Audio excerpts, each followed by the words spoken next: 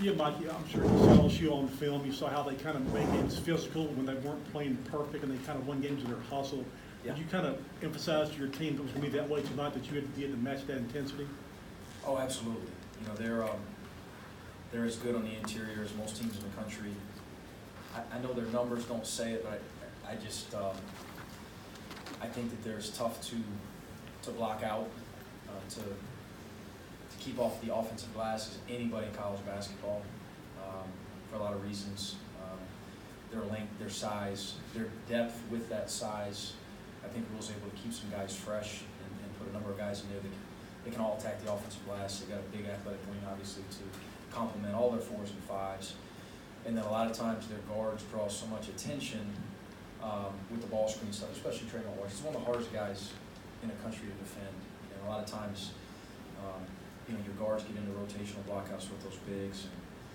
And, you know, it's crazy to say because I thought we did a great job on the defensive glass, and they still got 18 offensive rebounds where we scrapped. Played really hard. That's what our guys do. You know, we've got some deficiencies, but we continue to battle. You know, we're undersized. Continue to play really hard and held our own.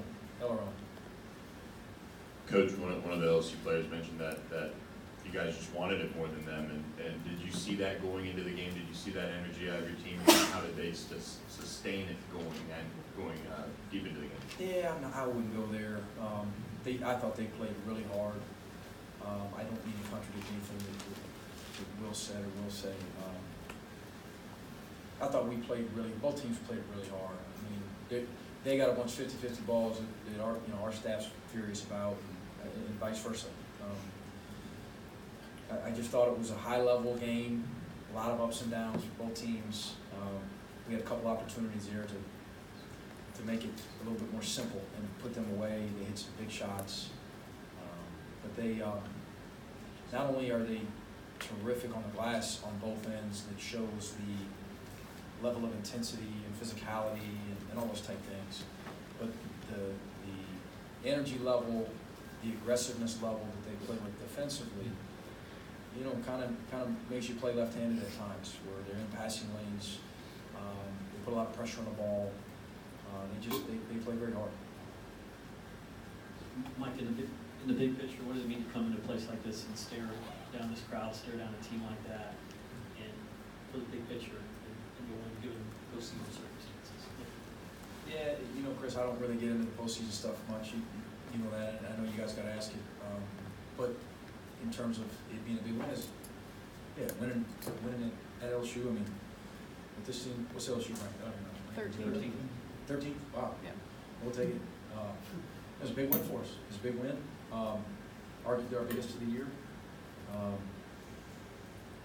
I thought there's a couple other games I thought we played in the neighborhood of as well. You know, Butler at home here recently, but this has got to be probably our biggest win. I would think.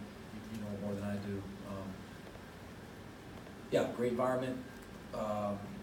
Again, a bunch of adversity and found a way. I thought K'Wan Allen was terrific in the overtime period and moved on to the, you know, you talk about mental toughness, and you know, some guys struggle. We all struggle with it at times, and I thought he displayed a great example.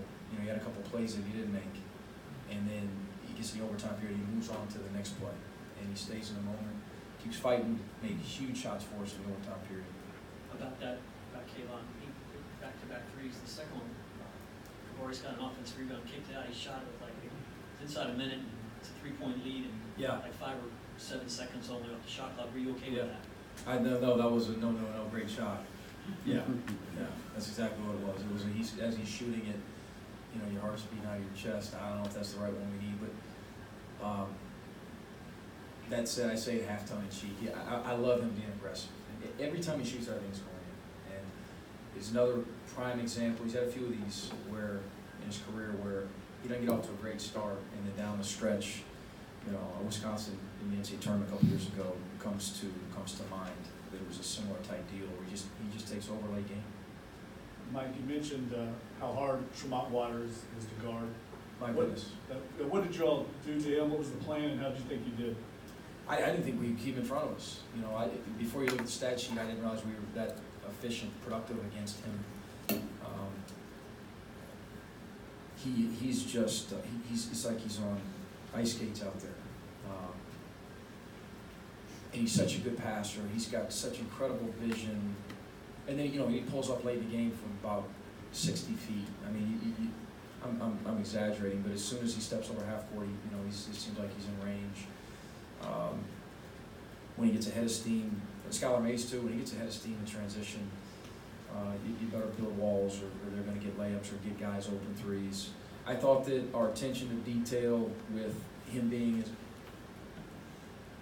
potentially the head of the snake, him being the guy that makes them go offensively. I think a lot of guys play off of him. Not only can he score, obviously, and drive and kick threes, but he's been so good with dump offs to their bigs all year.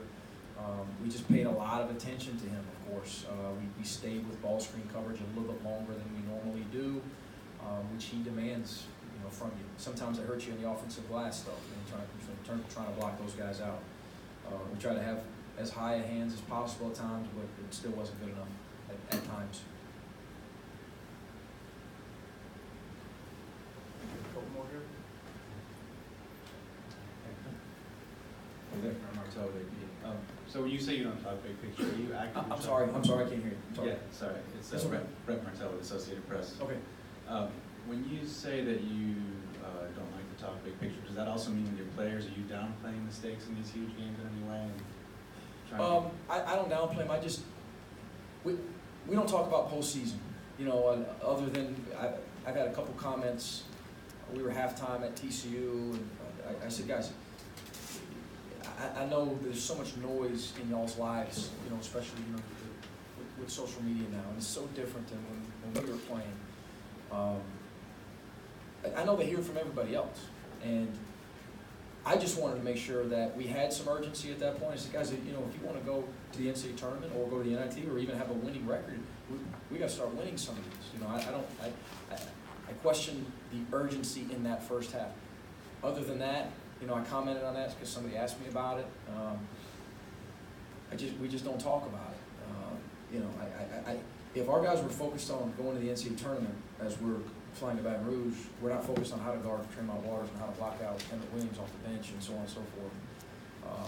If we can just continue to develop and continue to get better, which we've gotten better in the last 2-3 weeks. We made a big offensive jump. We've gotten more connected, I think. I think our locker room's gotten a little healthier. And because of those things, we can close a couple games that we didn't close early in the year like we did tonight. Everything else will take care of itself. Coach, you got time for one more? I guess just focused on the process rather than the results. All right, over here. This feels like a million years ago now, but the last possession in regulation before the shot clock violation, what were you trying to look for on that play? Cave on in space, and we had run a play, back screen, ball screen for him to get to his right hand a few times, and they were icing it or downing it, trying to get him to his left hand, and so we didn't come ball screen that time and try to give him an avenue to drive. We had a freshman, we had Keontae Johnson. We wanted to go at 8, and we started going too early, and then I thought at the end we went a little bit too late, and they defended well, of course, and we didn't get a chance to get up on the glass, unfortunately. Thank you, Coach. Thanks, guys.